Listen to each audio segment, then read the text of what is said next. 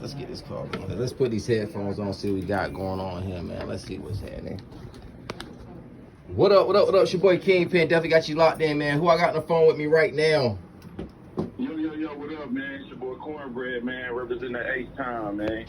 Kornbread, what's good with it, man? How you doing, bro? We got the producer on the phone, man, that's tapped in with people like Paul Wall, you know what I'm saying, Zero, and other artists out there in Texas, man. What's good with you, man?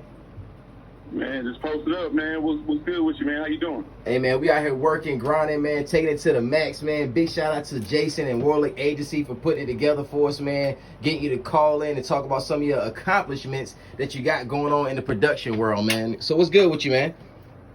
Man, just grinding, man. Steady on the grind, man.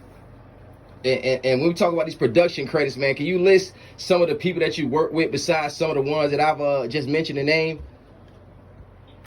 Man, we work with a few, man. Been blessed, man, to work with a lot of esteemed artists out there, man. We work with Paul Wall, of course, a lot of Texas artists, Zero, Slim Thug. We've done some R&B stuff with like Slim from 112. We've done some West Coast stuff with Snoop Dogg, Daz Corrupt, Dog Pound, WC. So, you know, we've been grinding, man. Some Southern Soul stuff, work with Tucker, Southern Soul R&B type stuff. So we've been just blessed to work in multiple genres of music, not just hip-hop. Right, man, that's a fact, man. I also see you doing something out there with the Houston Rockets as far as like being a DJ, or like talk about that, how you working with those people out of the basketball players. Yeah, man. So I was blessed to do, I'm a producer, but I'm a musician by nature. So me and my production partner, Beans, we met at church, 15, 20 years ago. We basically grew up together playing at church. So pretty much I play keys. So, later on in the game, just me moving around and kind of having some clout out here in the city. I was hired on to be the in-game organist, not the DJ, the in-game organist for the Houston Rockets. So I did that for a couple of seasons, just, doing the in-game sounds, like all the sounds that you hear when the basketball players are on the court during the game. So I got a good chance to do that. So that was a real cool opportunity.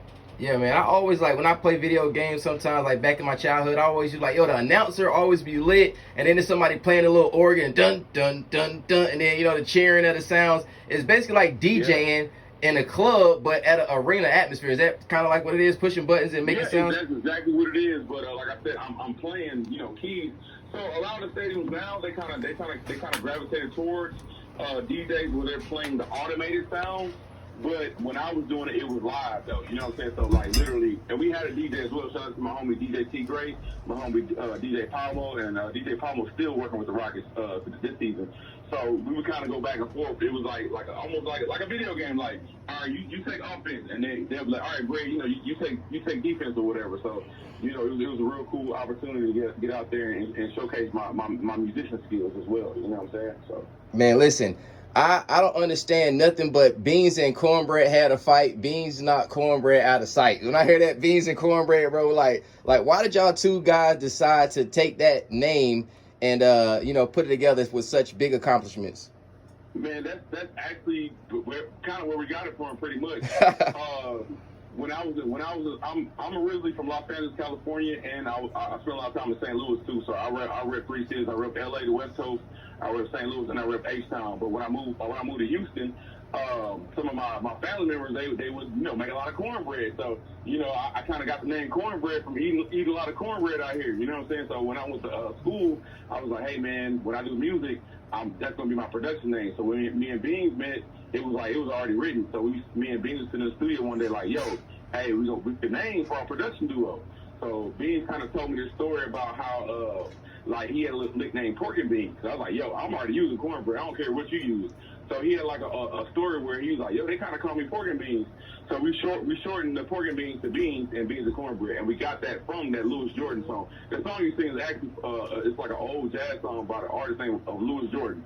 So we kind of just took that and put our own twist on it. Instead of spelling with a C, spell it with a K. So